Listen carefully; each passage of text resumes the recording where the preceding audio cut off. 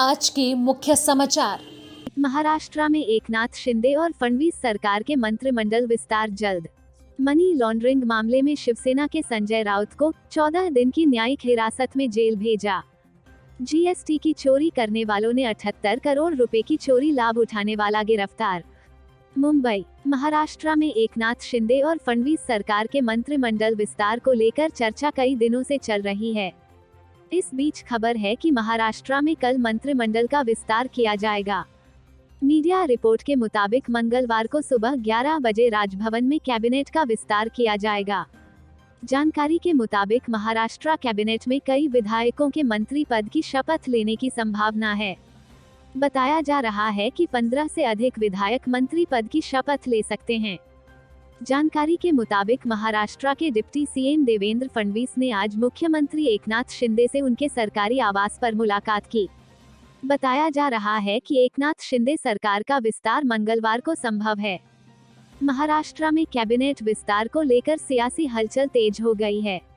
BJP के एक वरिष्ठ नेता ने सोमवार को बताया मंत्रिमंडल विस्तार कल मुंबई में होगा। उन्होंने ये भी कहा कि वो इसके बारे में कोई और जानकारी नहीं दे सकते और यह भी नहीं बता पाएंगे कि मंत्रिमंडल में कौन होगा।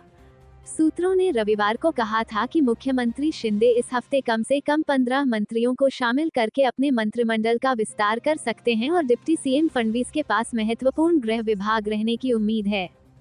जानकारी के मुताबिक बीजेपी के प्रदेश अध्यक्ष चंद्रकांत पाटिल के पास फोन गया है और उन्हें मुंबई बुलाया गया है। इसके साथ ही बीजेपी के वरिष्ठ विधायक गिरीश महाजन राधाकृष्ण विखे पाटिल को भी फोन के जरिए मुंबई पहुंचने के लिए कहा गया है। संभावना है कि मंगलवार को महाराष्ट्र के राजभवन में 15 से अधिक विधायकों को मंत्री पद की शपथ दिलाई जाए। गौरतलब है कि रविवार को महाराष्ट्र के डिप्टी सीएम देवेंद्र फडणवीस ने संकेत देते हुए कहा था कि 15 अगस्त से पहले मंत्रिमंडल का विस्तार होगा। वहीं इससे पहले शनिवार को राज्य के मुख्यमंत्री एकनाथ शिंदे ने कहा था कि मंत्रिमंडल के विस्तार में देरी की वजह से प्रदेश की सरकार का कामकाज किसी भी तरह से प्रभावित नहीं हुआ है। उन्होंने ये भी कहा था कि जल्द ही और मंत्रियों को शामिल किया जाएगा। बता दें कि शिवसेना में फूट और उद्धव ठाकरे के इस्तीफे के बाद 30 जून को एकनाथ शिंदे ने मुख्यमंत्री के तौर पर शपथ ली थी। वहीं देवेंद्र फडणवीस डिप्टी सीएम बने थे। सीएम और डिप्टी सीएम ही तब से 2 सदस्यीय कैबिनेट के रूप में काम कर रहे हैं। पूर्व डिप्टी सीएम अजीत पवार समेत कई विपक्षी नेता इसकी आलोचना कर रहे हैं। शनिवार को महाराष्ट्र में विपक्ष के नेता और पूर्व डिप्टी सीएम अजीत पवार ने तंज कसते हुए कहा था कि शिंदे और फडणवीस को मुख्यमंत्री और डिप्टी सीएम के रूप में शपथ लिए 35 दिन से अधिक समय बीत चुका है, लेकिन अभी तक कैबिनेट का गठन नहीं हुआ है। मुंबई की एक विशेष अदालत ने पात्रा चौल मामले से जुड़े मनी लॉन्ड्रिंग के एक मामले में सोमवार को शिवसेना सांसद संजय राउत को 14 दिन की न्यायिक हिरासत में जेल भेज दिया। इस दौरान राउत के वकील ने उनको घर का खाना दिए जाने की मांग की। राउत के वकील ने कोर्ट को उनके मेडिकल पेपर दिखाए जिस पर कोर्ट उनको जेल में दवा और घर का खाना देने पर राजी हो गई। उनके मेडिकल पेपर में शिवसेना सांसद के हॉट पेशेंट होने की बात कही गई है। ईडी ने दावा किया है कि पात्रा चाल मामले से जुड़ी जांच के दौरान मनी लॉन्ड्रिंग मामले में राउत और उनकी पत्नी वर्षा की संदिग्ध भूमिका है।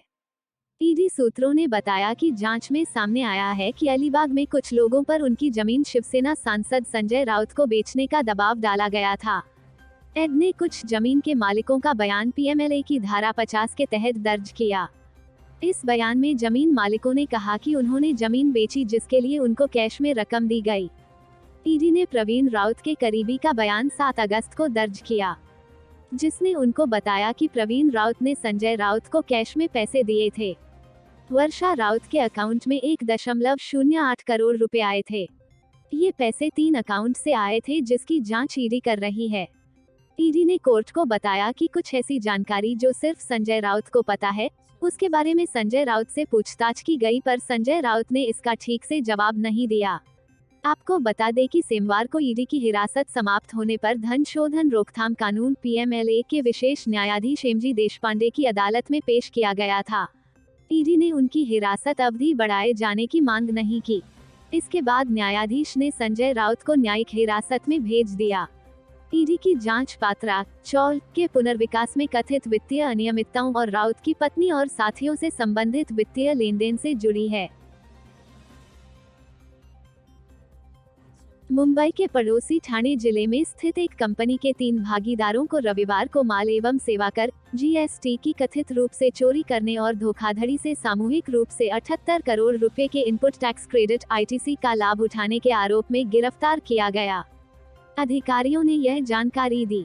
एक आधिकारिक बयान में कहा गया है कि मुंबई क्षेत्र में सेंट्रल सीएसटी भिवंडी आयुक्तालय द्वारा कथित अनियमितताओं का पता लगाने के बाद यह गिरफ्तारी की गई। सीजीएसटी आयुक्तालय द्वारा जारी बयान में कहा गया, सीएसआर का भुगतान न करने और S Agri and Aqua LLP के धोखाधड़ी से आईटीसी का लाभ उठाने के बारे में विशिष्ट खुफिया सूचनाओं के आधार पर कार्रवाई की गई।